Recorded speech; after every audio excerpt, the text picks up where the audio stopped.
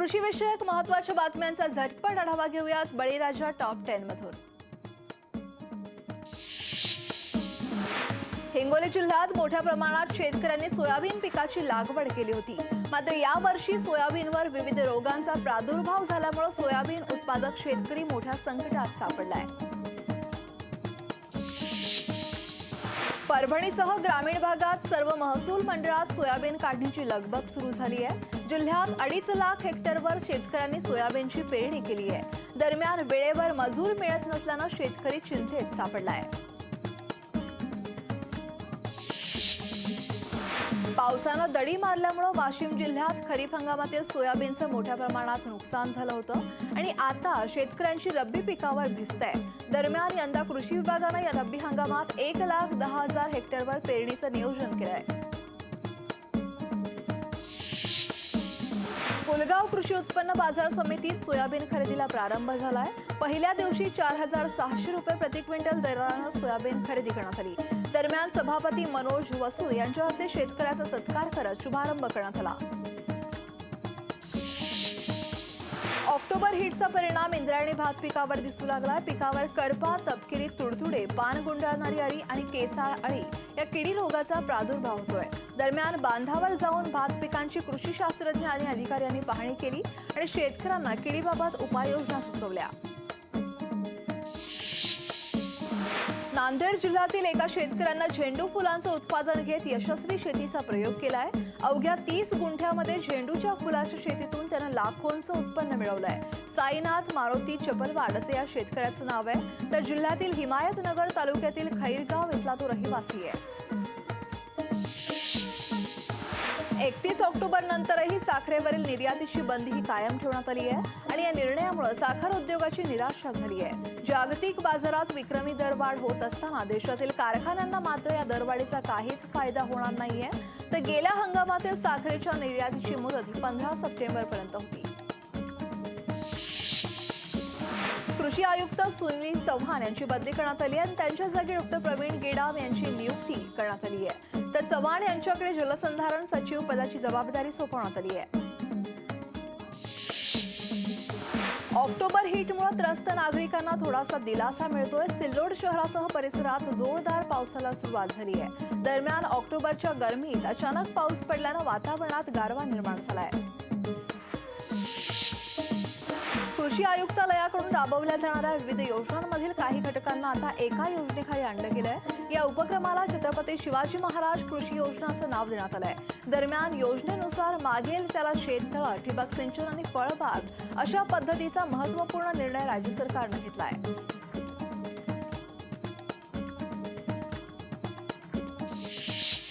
आता कृषीविषयक बातम्या पाहूयात विस्तारानं।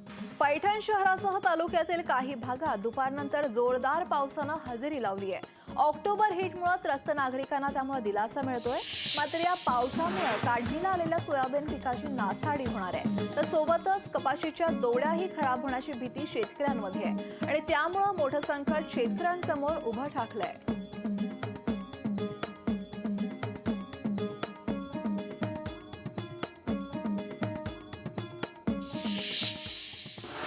सोलापूर जिल्ह्यात यंदाच्या वर्षी अल्प प्रमाणात पाऊस पडल्यानं पाणी पातळीत 0.97% घट झाली आहे आणि त्यामुळे येत्या उन्हाळ्यात पाण्याची तीव्र टंचाई भासणार आहे आणि त्यामुळेच शेती पिकाला पण पाण्याची कमतरता भासणार असल्याची माहिती देखील जिल्हा वरिष्ठ भूवैज्ञानिक अधिकारी डॉ. मुस्ताक शेख यांनी दिली आहे।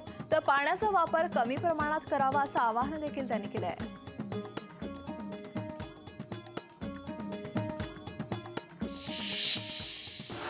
राज्यात सध्या ऑक्टोबर हिटचा चांगलाच जोर आहे आणि त्यामुळे नागरिकांना उन्हाचा चांगलाच चटका बसतोय। मात्र काही ठिकाणी हलक्या सरी देखील बरसतायत। तर पुढील 48 तासात दक्षिण भारतात ईशान्य मान्सून सक्रिय होऊ शकतो असा अंदाज हवामान खात्यानं वर्तवलाय। दरम्यान मान्सूननं काल 19 ऑक्टोबरला देशभरातून माघार घेतली आहे आणि यंदा ईशान्य मान्सूनचा जोर कमीच राहण्याचा अंदाज आहे असंही हवामान विभागानं स्पष्ट केलंय। तर सिंधुदुर्ग, रत्नागिरी, रायगड, ठाणे, कोल्हापूर, सातारा, पुणे आणि नगर या जिल्ह्यात काही ठिकाणी विजांसह हलक्या पावसाचा अंदाज वर्तवलाय। तर राज्यात उन्हाचा चटका कायम राहण्याची शक्यता आहे।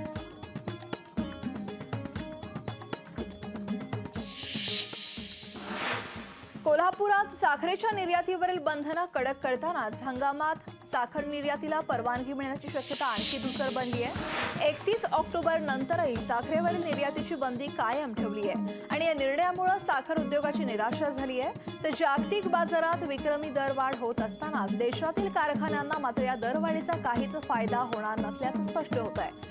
कच्ची साखर, शुद्ध साखर, पांढरी साखर आणि सेंद्रिय साखर यापैकी कोणतीच साखर इथून पुढच्या काळात निर्यात होणार नाहीये। तसं शासनाच्या या निर्णयामुळे यंदाच्या हंगामात साखर देशाबाहेर जाणार नाही हे जवळजवळ स्पष्ट झालंय। तर उद्योजक तज्ञ बी ठोंबरे हे या संदर्भात अधिक माहिती देण्यासाठी आपल्यासोबत जोडले गेलेत। सर, कोल्हापुरात साखरेच्या निर्यातीवरची बंधनं कडक करताना यंदाच्या हंगामात साखर निर्यातीला परवानगी मिळण्याची शक्यता धुसर बनली आहे। नमस्कार। यावर्षी केंद्र सरकारनं साखर निर्यात बंदीची तात्पुरती स्थगिती जी होती ती 31 ऑक्टोबर पर्यंत होती। ती स्थगिती पुढच्या कालावधीसाठी वाढवलेली आहे। त्यामुळे साखर निर्यातीला परवानगी मिळण्याची शक्यता फार कमी आहे। त्याची प्रमुख कारण सरकारने जी दिलेली आहे ती सध्या राज्यामध्ये आणि देशामध्ये पावसाचं प्रमाण कमी झाल्यामुळं ऊस पिकाची उपलब्धता कमी होते आहे आणि ऊस पिकाच्या उपलब्धतेमुळे एकूण साखरेचं उत्पादन मागील वर्षाच्या तुलनेमध्ये 15 ते 20% कमी होण्याची शक्यता आहे। मात्र साखर निर्यातीवरची बंदी हा भारताच्या दृष्टीनं आणि साखर उद्योगाच्या दृष्टीनं कायमस्वरूपी हा अत्यंत अडचणीचा विषय होणार आहे। कारण साखर निर्यातीमध्ये आपण जगामध्ये अत्यंत चांगल्या प्रकारचं स्थान निर्माण केलं। गेल्या 6-7 वर्षापासून सातत्यानं आपण साखर निर्यात करतोय आणि त्यामुळे आपल्याला साखर विक्रीसाठीची जगामधली अनेक देशामध्ये प्रस्थापित ग्राहक मिळालेला आहे आणि त्या ग्राहकांना जर आपण असं मध्यंतरी जर पुरवठा करू शकलो नाही तर त्याचा अत्यंत वाईट परिणाम हा एकूण साखर त्या जागतिक बाजारपेठेवर होतो। आणि त्यामुळे आमची साखर उद्योगाच्या वतीने सरकारला एकच विनंती आहे की आज घडीला सुद्धा देशामध्ये पुरेल इतका साखर साठा पुढील 2 महिन्याचा तर मागचा आहेच आहे, परंतु या वर्षीचे उत्पादन होणार आहे। शासनाच्या या निर्णयामुळे यंदाच्या हंगामात साखर ही देशाबाहेर जाणार नाही हे जवळजवळ स्पष्ट झालंय। धन्यवाद सर, तुम्ही दिलेल्या प्रतिक्रियेसंदर्भात। संगमनेरच्या सहकार महश्री भाऊसाहेब थोरात सहकारी साखर कारखान्याची गाळप प्रक्रिया सुरू झाली आहे। दरम्यान काँग्रेस नेते बाळासाहेब थोरात यांच्या उपस्थितीत कारखान्याचा बॉयलर अग्निप्रदीपन समारंभ संपन्न झाला आणि यावेळी माजी आमदार सुधीर तांबे, कारखाना चेअरमन बाबा ओहोळ, ज्येष्ठ नेते बाजीराव खेमकर, उष्णता रूपवते, आजी माजी पदाधिकारी आणि कार्यकर्ते आणि सोबतच ऊस उत्पादक शेतकरी वर्ग देखील मोठ्या संख्येने यावेळी उपस्थित होता।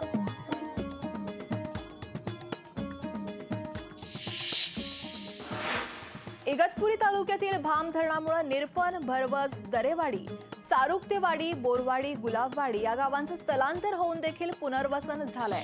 तर निरपण आणि भरवज रस्ता पूर्ण झाला नसून या रस्त्याचं काम अपूर्ण आहे। तर स्थानिक शेतकऱ्यांना आणि नागरिकांना शेतावर जाण्यासाठी रस्ता नसल्यानं जंगलातून पायी चालत जावं लागतंय। जंगलातील प्राणी, साप, बिबट्या अशा अनेक प्राण्यांपासून त्यांना रोजच संकटातून हा प्रवास करावा लागतोय आणि याच संदर्भात परिसरातून आढावा घेतलाय आमचे प्रतिनिधी विकास काजळे यांनी। इगतपुरी तालुक्यातील अतिदुर्गम भाग म्हणजे काळुस्ता परिसरात आपण आहोत आणि या परिसरात जर बघितलं तर ज्या ठिकाणी तुम्हाला एक दृश्य दिसेल, एक महिला आपल्या 2 लेकरांना घेऊन या ठिकाणाहून एका जंगल परिसर आहे हा, या ठिकाणाहून ती शहराच्या दिशेने जात आहे। खरं तर ही महिला प्रकल्पग्रस्त महिला आहे आणि या महिलेचा जर हा प्रवास बघितला तर अक्षरशः जे काही भाम धरण प्रकल्पग्रस्त नागरिक आहेत त्यांच्यापैकी ही एक महिला आहे। खरं तर यांना रस्ता देणं शासनाने गरजेचं होतं, परंतु गेल्या 4 ते 5 वर्षापासून हे सर्व जे काही लोक आहेत हे रस्त्याच्या प्रतीक्षेत आहे आणि या पद्धतीने जीव घेणं प्रवास करत ही महिला तिच्या 2 लेकरांना घेऊन तालुक्याच्या ठिकाणी आता जात आहे। प्रशासन नागरिकांच्या जीवाशी खेळतंय की काय असा प्रश्न उभा राहतो। आपल्याबरोबर काही प्रकल्पग्रस्त आहे, आपण त्यांच्याकडनं जाणून घेऊया नेमकं काय परिस्थिती आहे। काय सांगाल दादा? इथं आहे ना, ते प्रकल्पग्रस्तांसाठी रस्ता करणे गरजेचे होते, परंतु त्यांनी काही रस्ता वगैरे काही केलेला नाही। तर 2 पूल आहेत, 2 पुलांचे पण काम अपूर्ण राहिले। त्यांच्यामुळे ना त्यांना जीव धोक्यात घालून इथं रस्त्याला प्रवास करावा लागतो। रस्ता नाही ते विषय, मग इकडूनच यायला लागत। तुम्हाला अशी भीती वाटत नाही का इथं बिबट्या वगैरे असतील? वाटत आहे मग त्याच्यामुळं आता रस्ता नाही तर भीती वाटली तरी याच लागत आहे. आता तुम्ही कुठे चालले ताई? आता इकडं आश्रमशाळेत चालू अर्धा एक तास लागत आहे. हा बरोबर. जर बघितलं हे चिमुकले जर बघितले तर शाळेमध्ये यांना दाखल करण्यासाठी ही माऊली चाललेली आहे आणि शिक्षणासाठीची ही धावपळ म्हणता येईल. आणि निश्चितच जे भामधरण प्रकल्पग्रस्त आहेत त्यांना खरं तर या ठिकाणी रस्त्याची सुविधा देणं गरजेचं आहे, परंतु प्रशासन आदिवासी आणि गरीब भाग म्हणून याकडे सपशेल दुर्लक्ष करत आहेत. आणि आमदार महोदय, तुमचा मतदारसंघ आहे, तुम्ही देखील एक आदिवासी समाजाचं नेतृत्व करता, त्यामुळे अशा प्रश्नांकडे तरी तुम्ही लक्ष देणार का, असा प्रश्न सर्वसामान्य विचारू लागले आहेत. लोकशाही न्यूजसाठी विकास काजळे, भामधरण, नाशिक. अवकाळी पावसानं नुकसान झालेल्या शेतकऱ्यांना नुकसानीच्या 25% आगाऊ भरपाई रक्कम देण्याबाबत विमा कंपनीला निर्देश दिले होते, पण दुष्काळग्रस्त शेतकऱ्यांना पीक विम्यासाठी विम्यापोटीची 25% आगाऊ रक्कम देण्यास नकार दिलाय आणि त्यामुळेच राज्य सरकारची चिंता वाढली आहे. पीक विमा कंपन्या आपल्याच अटीवर ठाम राहिल्यास सरकारला शेतकऱ्यांच्या मोठ्या रोषास तोंड द्यावं लागेल. तर दरम्यान आणि याबाबत राज्य मंत्रिमंडळाच्या बैठकीत याबाबत चिंता व्यक्त करण्यात आली आहे.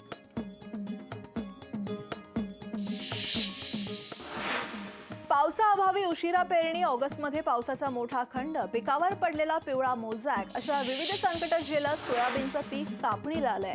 बऱ्याच शेतकऱ्यांनी काढणी करून सोयाबीन बाजारात विक्रीलाही काढलंय. मात्र सर्वच बाजार समित्यांमध्ये 4,600 रुपये या आधारभूत किमती इतकाही दर मिळेनासा झालाय.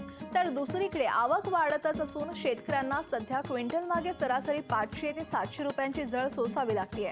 दरवाढीच्या दृष्टीनं दुसरीकडे कुठलेही प्रयत्न शासन स्तरावरून होताना दिसत नाहीये आणि त्यामुळे शेतकरी संताप व्यक्त करतायत.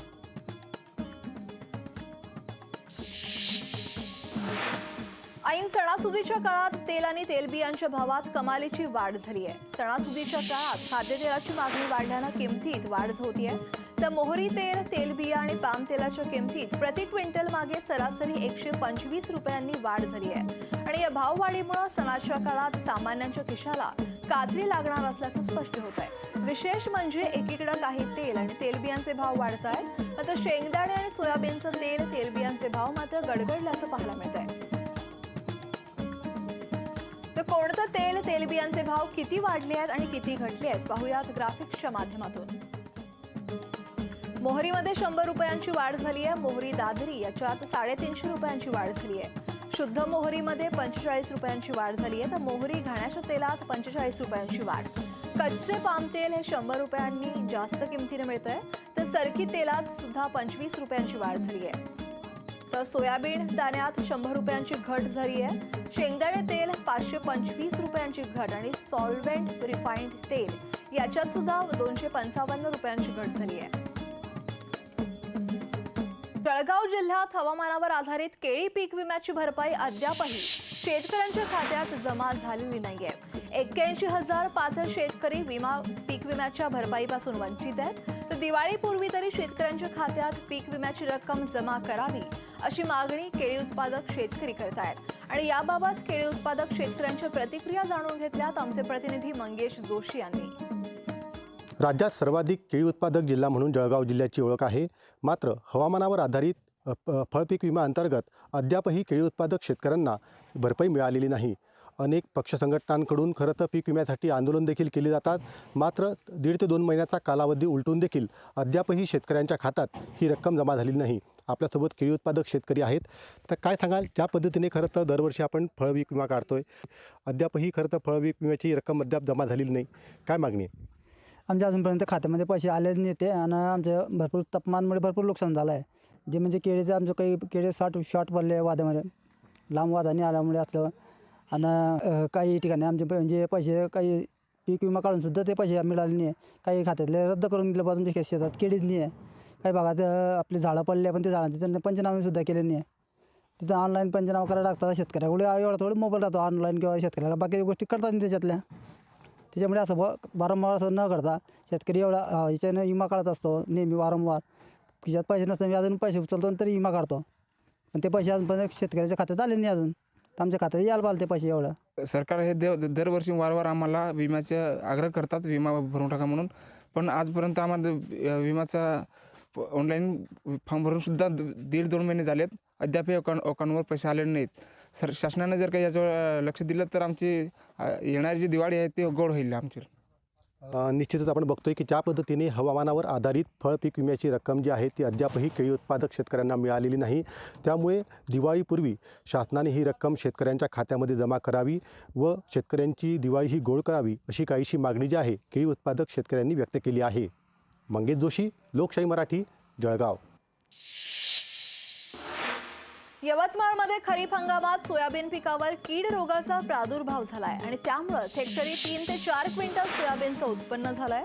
दरम्यान सोयाबीनला 3,900 ते 4,200 रुपये भाव मिळतोय आणि यात शेतकऱ्यांचा लागवड खर्चही निघत नाहीये आणि त्यामुळेच बाजार समितीत शेतकऱ्यांची लूट होत असल्याचा आरोप शेतकरी करतायत आणि याकडे पालकमंत्री दुर्लक्ष करत असल्याचा आरोपही केला जातोय.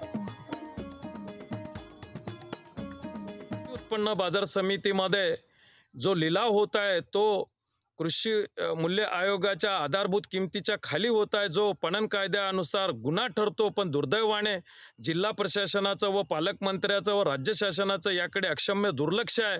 अशा पद्धतीने जिथे कुठे हे लिलाव होत असतील त्या लिलाव करणाऱ्यावर गुन्हा दाखल करण्यात यावा व शेतकऱ्यांना हमी भावाच्या वरच सोयाबीनचा दर निश्चित करावा व भावांतर फरक देऊन शेतकऱ्यांना दिलासा द्यावा अशी मागणी मी स्वाभिमानी शेतकरी संघटनेच्या माध्यमातून राज्य शासनाकडे करतो. लोकशाही मराठी ऐका, पहा, जागरूक रहा.